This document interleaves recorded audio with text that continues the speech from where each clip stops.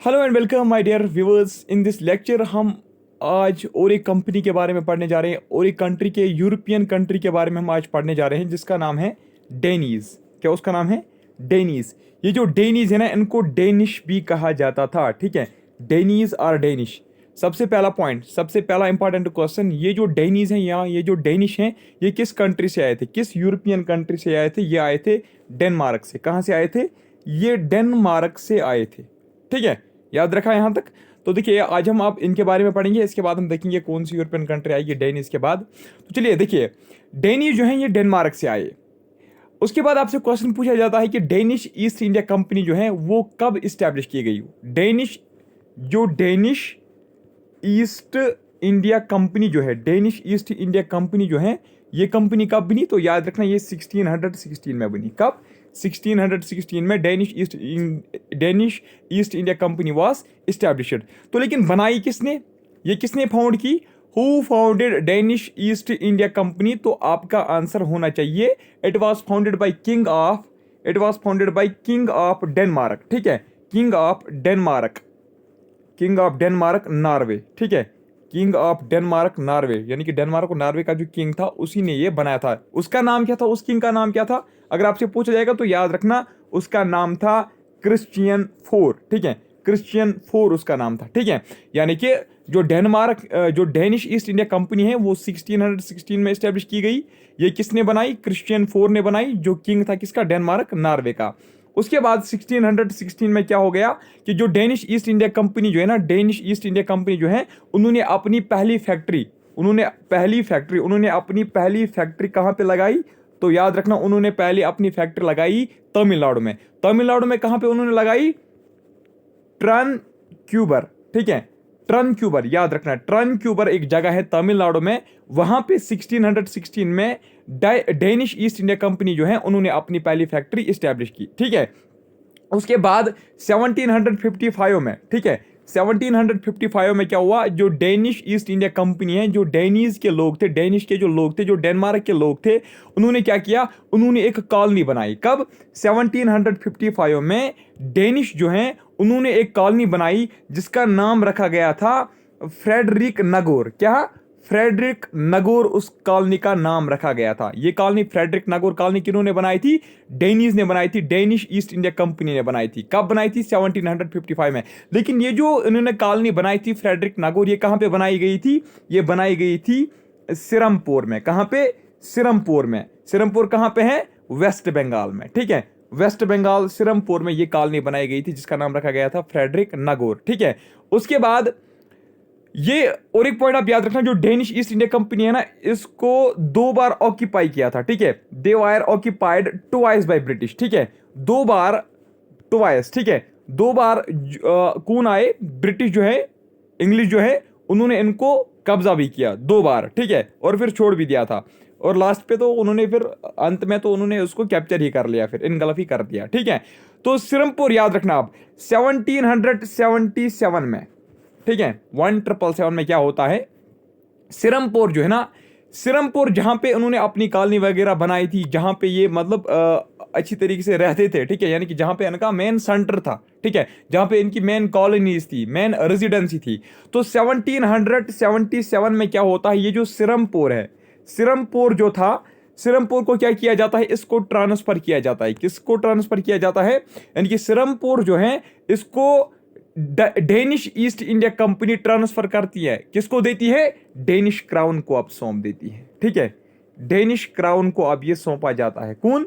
सिरमपुर जो है अब डेनिश ईस्ट इंडिया कंपनी इसको किसको सौंप देता है? डेनिश क्राउन को। आप समझ रहे हैं ना मेरी बात? ये सिरमपुर है, सिरमपुर जो है ये ईस्ट इंडिया, ये डेनिश ईस्ट इंडिया कंपनी है, डेनिश ईस्ट इंडिया कंपनी है। ये डेनिश ईस्ट इंडिया कंपनी इस सिरमपुर को उठाती हैं और किसको देती हैं? डेनिश क्राउन को देती हैं। क्यों देती हैं? मुफ्त में देती हैं क्या? नहीं, इन्होंने कुछ से कर्जा वगैरह चुकाया था, डेनिश क्राउन से कुछ कर्जा वगैरह चुकाया था। और 1777 में ही क्या होता है कि जो डेनिश ईस्ट इंडिया कंपनी है वो बैंकरप्ट हो जाती है। क्या हो जाती हैं? वो बैंकरप्ट हो जाती हैं। इसलिए बैंकरप्ट होने पे फिर उसको 1777 में सिरमपुर वो ट्रांसफर करती हैं टू डेनिश क्राउन, क्योंकि कर्जा तो नहीं चुका सकती थी, इनके पास तो कैश नहीं था। ठीक है, और याद रखना डेनिश जो है ना, डेनिश देवर मेनली सेटलड इन बंगाल, ठीक है। इनका जो मेन सेटलमेंट था ना, इनका जो मेन सेटलमेंट था वो बंगाल ही था, ठीक है, यानी कि वेस्ट बंगाल, ठीक है। बंगाल में ये सबसे ज्यादा रहे हैं, कौन, डेनिश की कंपनी, ठीक है। ये इनका मेन सेंटर था, वहां पे इनका डोमिनेंस था, ठीक। उसके बाद याद रखना मेरे दोस्तों, डेनमार्क जो है ना, डेनमार्क यानी कि यही डेनिश जो है ना, लास्ट पे क्या होता है, लास्ट पे, अंत पे, पहले तो मतलब सिरमपुर को ट्रांसफर किया जाता है डेनिश क्राउन को, लेकिन अंत पे 1845 में क्या किया जाता है, 1845 में डेनमार्क जो है ना, डेनमार्क सिरमपुर को, ये जो सिरमपुर की टेरिटरी थी, ये जो सिरमपुर की लैंड थी, इस सिरमपुर को हवाले किया जाता है, किसके हवाले, ब्रिटिश के हवाले किया जाता है, ठीक है। यानी कि अब इस पे ब्रिटिशर्स का कब्जा आता है, ठीक है। मैंने आपको बोला डेनमार्क जो है ना, डेनमार्क जो है, डेनमार्क की गवर्नमेंट हम कहेंगे, डेनमार्क का जो किंग है वो सिरमपुर को फिर लास्ट पे 1845 में ब्रिटिशर्स को देता है। क्यों देता है, ये तो आपको पता होगा कि ब्रिटिशर्स बहुत ज्यादा क्या थे, डेवलप्ड थे, वो माइटी थे, पावरफुल थे, तो इसीलिए अब ये डरने भी लगे थे, तो डेनमार्क ने उसको अब ऐसे ही सौंप दिया, किसको, ब्रिटिश को सौंप दिया 1845 में। तो यहां तक थी डेनिश के बारे में। अब मेरे दोस्तों डेनिश के बाद, डेनमार्क के बाद यहां पे और एक कंट्री आती है, ठीक है, और एक यूरोपियन कंट्री आती है जिसका नाम होता है फ्रेंच, यानी कि फ्रांस के लोग फिर यहां पे आते हैं, फ्रेंच की कंपनियां फिर भारत में घुस जाती है, ठीक है। तो ये फ्रेंच जो है ना, याद रखना मेरे दोस्तों, इसमें एक इंपॉर्टेंट पॉइंट है कि फ्रेंच जो है ना, ये लास्ट यूरोपियन कंट्री थी, ठीक है, ये वो लास्ट यूरोपियन कंट्री थी, it was the last European country जो भारत में आई थी, ठीक है। सबसे पहले ऐसी कौन सी यूरोपियन कंट्री थी जो भारत में आई थी, पुर्तगाल, पुर्तगीज। तो लास्ट यूरोपियन कंट्री याद रखना, लेकिन ये लास्ट यूरोपियन कंट्री थी जो ट्रेडिंग के लिए आई थी, ये इंपॉर्टेंट है, ट्रेडिंग इसमें नोट करना आप। It was the last European country to come India for the purpose of trading, ये पॉइंट आप नोट करो ऐसे, it was the last European country to come India for the purpose of trading. तो इससे पहले मैंने आपको बताया था कि Portuguese were the first European country to come India for the purpose of trading and spreading their Christianity, ठीक है, ये मैंने आपको पहले बोला है। और आज मैं आपको बता रहा हूं French, it was the last European country to come India for the purpose of trading, ठीक। उसके बाद देखिए, ध्यान रखना मेरे दोस्तों, फ्रेंच ईस्ट इंडिया कंपनी भी आती है यहाँ पे, ठीक है, फ्रेंच ईस्ट इंडिया कंपनी जो है वो यहाँ आती है। तो सबसे पहली बात आप याद रखना, फ्रेंच ईस्ट इंडिया कंपनी जो है ना, फ्रेंच ईस्ट इंडिया कंपनी जो है ये किसके टाइम पीरियड में बनी थी, फ्रेंच ईस्ट इंडिया कंपनी सबसे पहले हम देखेंगे कब बनी थी। फ्रेंच ईस्ट इंडिया कंपनी जो है ये बनी थी 1664 में, नोट करो, French East India Company was formed in 1664। तो किसके टाइम पीरियड में बनी थी, फ्रांस में ही बनी थी, तो किसके टाइम पीरियड में बनी थी, उस वक्त कौन किंग था, उस वक्त किंग लुईस 16 था, कौन, किंग लुईस 16, ठीक है, सॉरी किंग लुईस 14, ठीक है, किंग लुईस 14 उस वक्त था, ठीक है। किंग लुईस 14 जो है वो फ्रांस का किंग था जिस वक्त फ्रेंच ईस्ट इंडिया कंपनी बनी 1664 में, ठीक है। तो अब देखिए, ये तो इसके टाइम पीरियड में बनी, यानी कि जिस वक्त लुईस 14 रूल कर रहा था उस वक्त फ्रेंच ईस्ट इंडिया कंपनी बनी। तो लेकिन बनाई किसने, ये बनाई किसने, ठीक है, लुईस, ये जो लुईस 14 था ना, लुईस 14 जो था, इस लुईस 14 का एक फेमस मिनिस्टर था, ठीक है, इस लुईस 14 का एक फेवरेट और फेमस मिनिस्टर था जिसका नाम था कलबर्ट। क्या उसका नाम था, कलबर्ट। यहां पे मैं आपको क्लियर हो जाएगा, आप डरो मत, मुझे पता है आप थोड़ा सा कंफ्यूज हो रहे हैं, लेकिन आप अभी आपको यहां पे क्लियर हो जाएगा। लुईस 14 का एक फेमस मिनिस्टर था, ठीक है, और इसका अपना फेवरेट मिनिस्टर था जिसका नाम था कलबर्ट। तो 1664 में क्या होता है, यही कलबर्ट जो है ना, ये फ्रेंच ईस्ट इंडिया कंपनी बनाता है। क्या बनाता है, फ्रेंच ईस्ट इंडिया कंपनी बनाता है। तो इसका मतलब क्या हो गया, तो फ्रेंच ईस्ट इंडिया कंपनी जो है वो कलबर्ट ने बनाई, लेकिन किसके टाइम पीरियड में, लुईस 14 के टाइम पीरियड में, ठीक है। और एक इंपॉर्टेंट पॉइंट ध्यान रखना मेरे डियर फ्रेंड्स, देखिए फ्रेंच ईस्ट इंडिया कंपनी जो है ना, it was also known as, note कीजिए आप, शाबाश, कंपैगनी, ठीक है, कंपैगनी डेस, ऐसे नोट करो, शाबाश, Compagnie des Indes, Compagnie des Indes Orientales, ठीक है, ओरिएंटलिस। तो French East India Company was also known as Compagnie des Indes Orientales. कब बनी थी ये? 1664 में कोलबर्ट ने बनाई थी, किंग लुइस 14 के टाइम पीरियड में। Now see here dear friends, देखिए अब कोलबर्ट ने ये कंपनी बनाई, इंग्लिश ईस्ट इंडिया कंपनी बनाई। अब ये इसका गवर्नर बनता है। क्या बनता है? गवर्नर बनता है। इंग्लिश ईस्ट इंडिया कंपनी का ये क्या बनता है? गवर्नर बनता है। गवर्नर जब बनता है तो इसके बाद जो लुइस 14 है, लुइस 14 का ये कोलबर्ट जो है तो उसका फेमस किंग था, फेवरेट किंग था, सॉरी फेवरेट मिनिस्टर था, है ना, फेमस मिनिस्टर उसका था। तो किंग 14 अब क्या करता है? किंग 14 कोलबर्ट को लाइसेंस प्रोवाइड करता है, यानी कि परमिशन प्रोवाइड करता है। किस चीज की परमिशन प्रोवाइड करता है? ट्रेडिंग की। यानी कि ये इसको, यानी कि किंग 14 लुइस किंग 14 जो है वो कोलबर्ट को लाइसेंस प्रोवाइड करता है, परमिशन प्रोवाइड करता है ट्रेडिंग के लिए। लेकिन उस लाइसेंस में ये लिखा जाता है, उस परमिशन में ये लिखा जाता है, उस डील में ये लिखा जाता है कि आप ट्रेड कर सकते हो इंडिया के साथ। ठीक है, यानी कि ये इसको इंडिया के साथ ट्रेड करने के लिए लाइसेंस देता है, और ईस्ट इंडीज के साथ ट्रेड करने के लिए इसको ये लाइसेंस प्रोवाइड करता है। मैंने आपको बोला किंग 14 अपने फेमस मिनिस्टर कोलबर्ट को, यानी कि ईस्ट इंडिया कंपनी के गवर्नर को, यानी कि ईस्ट इंडिया कंपनी को क्या प्रोवाइड करता है? लाइसेंस प्रोवाइड करता है to trade with India and East Indies. यानी कि to trade with India and East Indies का मतलब क्या है? इंडियन ओशन, हाँ जी, Indian Ocean and Pacific Ocean. ठीक है, यानी कि ये इसको बोलता है, यानी कि ये कोलबर्ट को परमिशन देता है कि आप इंडिया में ट्रेड कर सकते हो, और इंडियन ओशन और पैसिफिक ओशन में। ईस्ट इंडीज, इंडियन ओशन और पैसिफिक ओशन को कहा जाता था। ठीक है,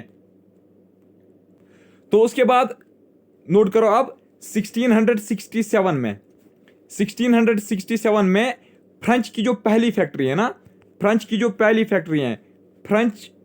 जो फर्स्ट फैक्ट्री है वो 1667 में सेटअप हो जाती हैं। कहां पे ये सेटअप होती हैं? सूरत में। कहां पे? सूरत, यानी कि गुजरात, सूरत गुजरात में ये फैक्ट्री सेटअप होती है 1667 में। ठीक है, और ध्यान रखना जिस वक्त ये फर्स्ट फैक्ट्री सेटअप होती है उस वक्त इस फैक्ट्री का जो गवर्नर है ना, जो डायरेक्टर जनरल, इनका डायरेक्टर जनरल होता था, उनका गवर्नर होता था ब्रिटिश वगैरह का। ठीक है, डायरेक्टर जनरल जो इस फैक्ट्री का था, ठीक है, हम कहेंगे इस कंपनी का जो डायरेक्टर जनरल था वो उस वक्त कौन था? वो फ्रांसिस कारण था। कौन? फ्रांसिस कारण। याद रखना मेरे दोस्तों, फ्रांसिस कारण ने, यानी कि फ्रांसिस कारण जब फ्रांसिस कारण फ्रेंच ईस्ट इंडिया कंपनी का डायरेक्टर जनरल था, उसी ने पहली फैक्ट्री स्टैब्लिश की। कहां पे? 1667 में। कहां पे? सूरत गुजरात में। तो उसके बाद 1669 में और एक फैक्ट्री सेटअप की जाती है। कहां पे? मजूलीपट्टनम में। कहां पे? मजूलीपट्टनम में। याद रखना, ठीक है, मजूलीपट्टनम में। ठीक, उसके बाद देखिए 1673 में क्या होता है? जैसे कि आपको पता होगा कि 1667 में डायरेक्टर जनरल जो कंपनी का था वो कौन था? वो फ्रांसिस कारण था। तो 1673 में फिर क्या किया जाता है? फ्रांसिस कारण जो है ना, फ्रांसिस कारण को इस पद से, ठीक है, इस सीट से क्या किया जाता है? शाबाश, निकाला जाता है। ठीक है, यानी कि इसको ये कुर्सी छीन ली जाती है, और ये किसको प्रोवाइड अप की जाती है? फ्रांसिस मार्टिन को। किसको? फ्रांसिस मार्टिन को दी जाती हैं। यानी कि फ्रांसिस कारण को रिप्लेस किया जाता है। ठीक है, और वहां पे उसकी जगह पे फ्रांसिस मार्टिन को डायरेक्टर जनरल बनाया जाता है। कब? 1673 में। और ये जो फ्रांसिस मार्टिन है, ठीक है, और ये जो फ्रांसिस मार्टिन है ना, इसको फिर एक जमीन दी जाती है। ठीक है, जमीन इसको कौन प्रोवाइड करता है? जो किंग था, कहां का? बीजापुर। ठीक है, बीजापुर का जो किंग था, मैं आपको बता रहा हूं कि फ्रांसिस मार्टिन जब डायरेक्टर जनरल बना इस कंपनी का, तो बीजापुर का जो किंग है ना, बीजापुर का जो किंग है जिसका नाम था शेर शाह लोडी, ठीक है, जिसका नाम क्या था? शेर शाह लोडी। तो शेर शाह लोडी फ्रांसिस मार्टिन को एक जमीन प्रोवाइड करता है। ठीक है, क्या प्रोवाइड करता है? एक जमीन प्रोवाइड करता है। तो यही जमीन जो है ना, ये जो लैंड ग्रांट, याद रखना मेरे दोस्तों, ये जो लैंड ग्रांट किसको मिलता है? फ्रांसिस मार्टिन को जो ये लैंड ग्रांट मिलता है, जो इसको शेरशाह लोडी प्रोवाइड करता है, तो इसी को इसी को फिर लास्ट पे फाउंड किया जाता है एज पोंडिचेरी। क्या? पोंडिचेरी, जिसको आज हम बोलते हैं पुडुचेरी, है ना। तो पोंडिचेरी जो है ना, पोंडिचेरी एक लैंड ग्रांट थी जो शेरशाह लोडी ने फ्रांसिस मार्टिन को दी थी। ठीक है, समझ में आया आप? तो ये पोंडिचेरी वही लैंड ग्रांट है, ये वही जमीन है, ये वही लैंड है जो किसने दी थी? जो शेरशाह लोडी, ठीक है, जो शेरशाह लोडी यानी कि बीजापुर का जो किंग था शेरशाह लोडी, जो लैंड इसने किसको प्रोवाइड की थी? फ्रांसिस मार्टिन को, उसी को फिर पोंडिचेरी बनाया गया था। ठीक है, तो याद रखना। और एक इंपॉर्टेंट पॉइंट, जो मार्टिन, जो ये फ्रांसिस मार्टिन था ना, इसको फिर फादर ऑफ पोंडिचेरी भी कहा जाता था। फादर ऑफ पोंडिचेरी किसको कहा जाता था? शाबाश। फ्रेंच में से किसको फादर ऑफ पोंडिचेरी कहा जाता था? यूरोपियंस में से किसको फादर ऑफ पोंडिचेरी कहा जाता था? तो वो था फ्रांसिस मार्टिन। और अब उसके बाद जब ये पोंडिचेरी, जब ये लैंड ग्रांट पोंडिचेरी में कन्वर्ट हो जाती हैं, इस पे एक नया शहर बनता है, तो ये पोंडिचेरी जो है ना, ये फिर बनता है फ्रेंच कैपिटल। क्या बनता है? फ्रेंच कैपिटल, यानी कि फ्रांस का ये क्या बनता है? कैपिटल बनता है। ये भारत में फ्रांस का कैपिटल फिर बनता है। पोंडिचेरी जो है ना, पोंडिचेरी फिर लास्ट पे क्या बनती है? फ्रेंच कैपिटल बनती है। ठीक है, फ्रांस का कैपिटल बनता है कहाँ पे? इंडिया में। तो उसके बाद 1674 में क्या होता है? फ्रेंच को और एक जमीन मिलती है। ठीक है, और एक साइट मिलती है कहां पे? कलकत्ता में। याद रखना मेरे दोस्तों, 1674 में फ्रेंच को और एक साइट मिलती है कहां पे? कलकत्ता में। तो ये जो कलकत्ता में इसको साइट मिलती है, जो कलकत्ता में इनको लैंड मिलती है, तो ये इनको कौन प्रोवाइड करता है? Ruler of Bengal. तो उस वक्त कौन था ruler of Bengal? Ruler of Bengal उस वक्त कौन था? शाइस्ता खान। कौन? शाइस्ता खान।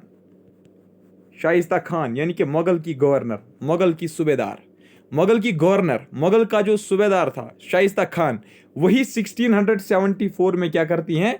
फ्रेंच को क्या देती हैं? जमीन देती है, एक साइड देती है। कहां पे? कलकत्ता के नजदीक। तो वहां पे फ्रेंच वाले क्या करते हैं? वहां पे फ्रेंच वाले क्या करते हैं फिर 1690 टू 92 में फिर फ्रेंच के जो लोग हैं ना, वो वहां पे एक टाउन बनाते हैं। क्या बनाते हैं? एक शहर बनाते हैं, एक कस्बा बनाते हैं, एक टाउन बनाते हैं। ठीक है, उस टाउन का नाम रखा जाता है चंद्रानगौर। क्या उसका नाम रखा जाता है? चंद्रानगौर। मैं रिपीट करूंगा, 1674 में फ्रेंच ने रिसीव की एक साइट कलकत्ता के नजदीक। किससे रिसीव की? रूलर ऑफ बंगाल से, जो शाइस्ता खान थी। ठीक है, उस वक्त। तो उसके बाद 1690 टू 92 में ही क्या किया जाता है? यहां पे एक टाउन बिल्ड किया जाता है जिसका नाम रखा जाता है चंद्रानगौर। ये इसको कौन बिल्ड करते हैं? फ्रेंच के लोग। उसके बाद डच के जो लोग हैं उनमें जोश आ जाता है, डच के लोगों में जोश आ जाता है, और वो क्या करते हैं? एक सेकेंड, कहां गया मेरा ये? हाँ, डच के लोगों में जोश आता है। फिर वो 1693 में क्या करते हैं? डच के लोग जो है ना, वो 1693 में पोंडिचेरी को छीन लेते हैं। ठीक है, पोंडिचेरी को छीन लेते हैं। पोंडिचेरी किसके कब्जे में था? फ्रेंच के कब्जे में था। लेकिन डच के जो लोग हैं, डच की जो कंपनी है, वो 1693 में स्नैच करती हैं। किसको? पोंडिचेरी को। किनसे करती हैं? फ्रेंच कंपनी को। यानी कि फ्रेंच कंपनी को जबरदस्ती जो है उनसे ये पोंडिचेरी की जो लैंड है वो छीन जाती है 1693 में। लेकिन उसके बाद फ्रेंच की जो कंपनी है ना, वो इसको जल्दी लेकिन रेस्टोर कर पाती हैं। क्या कर पाती हैं? रेस्टोर कर पाती हैं, यानी कि रिटेलिएट करती हैं और इस पोंडिचेरी को वापस कब्जे में लेती हैं, लेकिन एक ट्रीटी के द्वारा। ठीक है, एक ट्रीटी साइन करने के बाद वो इसको रेस्टोर करती हैं, जिसका नाम है ट्रीटी ऑफ, ठीक है, ट्रीटी ऑफ, याद रखिए मेरे दोस्तों, ट्रीटी ऑफ रेस्विक। क्या उसका नाम है? ट्रीटी ऑफ रेस्विक, जो 1697 में साइन की जाती है। मैंने आपको बोला इंपॉर्टेंट है, 1693 में डच जो है उसने पौंडीचेरी को छीन लिया, पौंडीचेरी को कब्जा किया, फ्रेंच से छीना गया, ठीक है, 1693 में। लेकिन उसके बाद फ्रेंच ने उसको वापस रिटेलिएट करते हुए रेस्टोर किया, ठीक है, यानी कि वापस कब्जा किया, लेकिन पीसफुली कब्जा किया, एक ट्रीटी साइन की, उसी ट्रीटी के तहत फिर उन्होंने ये वापस कब्जा की। उस ट्रीटी का नाम था ट्रीटी ऑफ रश्विक। क्या उसका नाम था? ट्रीटी ऑफ रेस्विक, जो 1697 में क्या की गई थी? साइन की गई थी। ठीक है यहां तक। उसके बाद इंपॉर्टेंट है, फ्रेंच ने, इसके अलावा फ्रेंच ने क्या किया? फ्रेंच ने किसके ऊपर कंट्रोल किया? मॉरिटस के ऊपर कंट्रोल किया, ठीक है, मॉरिटस। मॉरिटस के ऊपर भी फ्रेंच ने क्या किया, कब्जा किया। मॉरिटस जो है ना ये ईस्टर्न अफ्रीका में एक कंट्री है, ठीक है, इंडियन ओशन में ही पड़ती है, ठीक है। मॉरिटस आइलैंड जो है ना उसको कब्जा किया किन्होंने, फ्रेंच के लोगों ने। और रियूनियन, रियूनियन जो है ना एक डिपार्टमेंट था फ्रेंच का, कहाँ पे, इंडियन ओशन में, यानी कि ये एक मान लीजिए एक लैंड थी, कहाँ पे, ये एक लैंड थी जहाँ पे फ्रेंच का डिपार्टमेंट था, इंडियन ओशन में ये भी था। यानी कि मॉरिटस आइलैंड्स और रियूनियन के जो आइलैंड्स थे इंडियन ओशन में, इसको कब्जा फिर किसने किया, फ्रेंच के लोगों ने इसको कब्जा किया। तो उसके बाद फ्रेंच जो है ना, फ्रेंच और ब्रिटिश, इंपॉर्टेंट है यहां पे ये पॉइंट, फ्रेंच और ब्रिटिश, फ्रेंच वर्सेस ब्रिटिश फिर तनाजा उठता है। क्या उठते हैं, यानी कि इश्यूज खड़ा होते हैं, ठीक है, ट्रबल्स होते हैं, ठीक है, ट्रबल्स पैदा हो जाते हैं, ठीक है, परेशानियां, कंफ्यूजन्स, छाउस पैदा हो जाते हैं। क्यों पैदा हो जाते हैं ये कंफ्यूजन्स, ये लड़ाइयां पैदा क्यों हो जाती हैं ब्रिटिश और फ्रेंच के बीच में? क्योंकि फ्रेंच क्या करता है, फ्रेंच जब तंजोरी, ठीक है, फ्रेंच जब तंजोरी कहां पे था, हाँ जी, तमिलनाडु में। जब फ्रेंच के लोग तंजोरी को कब्जा करते हैं तमिलनाडु में, ऊपर से ये जो तंजोरी था ये ब्रिटिश के ट्रेड के लिए क्या था, बहुत ही इंपॉर्टेंट था। ये ब्रिटिश के ट्रेड के लिए एक सिक्योरिटी थी, ठीक है, यानी कि ब्रिटिश जो है ना ये ब्रिटिश के ट्रेड के लिए एक इंपॉर्टेंट साइड थी, एक इंपॉर्टेंट पॉइंट था, ट्रेडिंग पॉइंट था, ठीक है, यानी कि यहां से वो आते जाते थे। तो जब तंजोरी को कब्जा करते हैं फ्रेंच के लोग, तो उसके बाद यहां पे इश्यूज क्रिएट हो जाते हैं, किनके दरमियान, ट्रबल्स क्रिएट हो जाते हैं फ्रेंच और ब्रिटिश के दरमियान। जाते जाते मैं यहां पे आपको एक इंपॉर्टेंट पॉइंट बताना चाहूंगा। जिस वक्त फ्रेंच ने मॉरिटस के ऊपर कंट्रोल किया, जिस वक्त फ्रेंच ने मॉरिटस आइलैंड के ऊपर क्या किया, कंट्रोल किया, ठीक है, before their control over Mauritius 1722 में, ठीक है, याद रखना मेरे दोस्तों, 1722 में क्या हुआ था कि फ्रेंच कंपनी जो है ना, फ्रेंच ईस्ट इंडिया कंपनी जो है, यानी कि फ्रेंच ईस्ट इंडिया कंपनी जो थी, फ्रेंच ईस्ट इंडिया कंपनी जो थी, मॉरिटस को कंट्रोल करने से पहले 1720 में ये जो फ्रेंच ईस्ट इंडिया कंपनी जो है ना इसको रीऑर्गेनाइज किया गया था, यानी कि इसका जो नेम है वो चेंज किया गया था और इसका नाम रखा गया था पिरपिचुअल, इंपॉर्टेंट है ये पॉइंट, पिरपिचुअल कंपनी